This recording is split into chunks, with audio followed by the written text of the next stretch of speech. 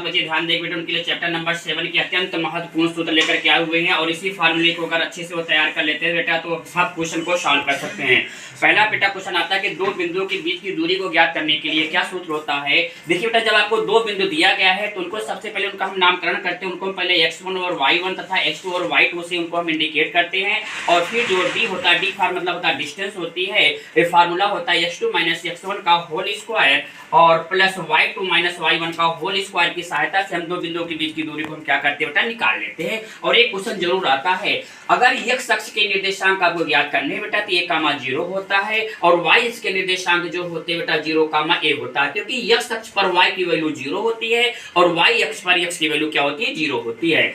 फिर समदूरस्थ का मतलब ये चीज होता है बेटा कि अगर दो बिंदु आपको दिए गए हैं और वो समान दूरी पर कैसे हो सकते हैं, तो मान लो a1 है, x1 है, y1 है और ये बेटा x2 है और ये y2 है, तो इनकी जो डिस्टेंस होती है AC की डिस्टेंस जो होती है वो BC के डिस्टेंस के क्या होनी चाहिए बेटा, आपस में इक्वल होनी चाहिए। और ये क्वेश्चन अत्यंत महत्वपूर्ण है। चैप्टर एक्सरसाइज 7.1 का क्वेश्चन नंबर 7 और 7 क्वेश्चन इसी प्रकार का क्वेश्चन है कि समदूरस्थ है सिद्ध करने के लिए। और एक्सरसाइज 7.1 का क्वेश्चन नंबर आपका है 7, 8, 9 अत्यंत महत्वपूर्ण क्वेश्चन है बेटा, इसके अवश्य आप प्रैक्टिस कर लेना, पेपर में आते हैं, अवश्य आते हैं पेपर में।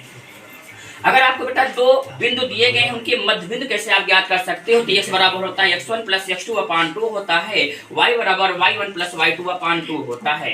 इसके बाद आता है आपको अगर दो बिंदु दिए गए हैं उनका रेशियो दिया गया, उनको त्रिविभाजित करता है या चतुर्विभाजन करता है तो उनका रेशियो बेटा m1 और m2 होता है। अगर त्रिसम विभाजन है तो 1 रेशियो 2 होता है, 2 रेशियो 1 होता है। और अगर आपका सम चतुर्विभाजन है तो 1 रेशियो 3 होता है, 3 रेशियो 1 होता है, 2 रेशियो 2 होता है। ये आपके क्या चीज होते हैं बेटा, विभाजन होते हैं। जहां पर आपको अनुपात दिया गया है वहां पर हम सेक्शन फार्मूले का यूज करते हैं जिसको हम कहते हैं अंतःविभाजन और वाय विभाजन। अंतःविभाजन में बेटा प्लस हो जाता है, दोनों प्लस हो जाते हैं, लेकिन वाय विभाजन में यहाँ दोनों के स्थान पर क्या लग जाता है, माइनस लग जाता है। अर्थात x m1 x2 plus m2 x1 अपान m1 प्लस m2 होता है और y बराबर होता है m1 y2 plus m2 y1 अपान m1 प्लस m2 हो जाता है। किसके लिए होता है बेटा, अंतःविभाजन और वाय विभाजन के लिए हो जाता है। इसी को हम सेक्शन फार्मूला भी कहते हैं। अगर आपको एक समचतुर्भुज दिया गया है, समचतुर्भुज का अगर हमको क्षेत्रफल ज्ञात करना है, समचतुर्भुज को इंग्लिश में बोलते हैं रोम्बस बोलते हैं। इसका जो फार्मूला होता है एरिया का d1 इंटू d2 अपान 2 होता है। d1 क्या चीज होता है, पहले डायगोनल की लंबाई होती है, पहले विकर्ण की लंबाई होती है। d2 क्या होती है, दूसरे विकर्ण की लंबाई होती है बेटा। अब बोलोगे सर जी विकर्ण की लंबाई हम कैसे ज्ञात करते हैं, दो बिंदुओं के बीच की दूरी से उसके विकर्ण की लंबाई को हम क्या करते हैं बेटा, निकाल लेते हैं और फिर दोनों को मल्टीप्लाई करके 2 से डिवाइड कर देते हैं। अगर आपको 3 बिंदु दिए गए हैं, तीनों बिंदु को आपको दिखाना है कि क्या त्रिभुज का क्षेत्रफल कैसे हम ज्ञात कर सकते हैं, तो इसके लिए फार्मूला होता है बेटा 1/2 x1 y2 minus y3 plus x2 y3 minus y1 plus x3 y1 minus y2।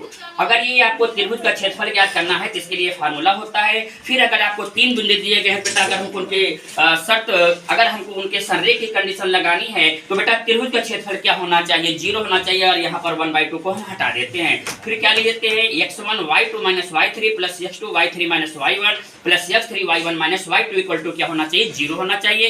तो ये बेटा चैप्टर नंबर 7 के अत्यंत महत्वपूर्ण फार्मूले हैं और एक्सरसाइज 7.2 के क्वेश्चन नंबर 5 से question number 3, question number 5, question number 6, 7, 8, 9, 10 and even 12 अवश्य लगा लेना। और 7.3 के फर्स्ट और सेकंड क्वेश्चन उसमें दिया रहता है के की वैल्यू फाइंड करने के लिए। के की वैल्यू फाइंड करने के लिए हम क्या करते हैं, संरेख की शर्त लगा देते हैं और बराबर लास्ट में 0 कर देते हैं, आपका के की वैल्यू क्या होती है, फाइंड हो जाती है। इसी प्रकार आपको बेटा क्वेश्चन को तैयार करना है। और 7.1, 7.2 अत्यंत महत्वपूर्ण एक्सरसाइज है।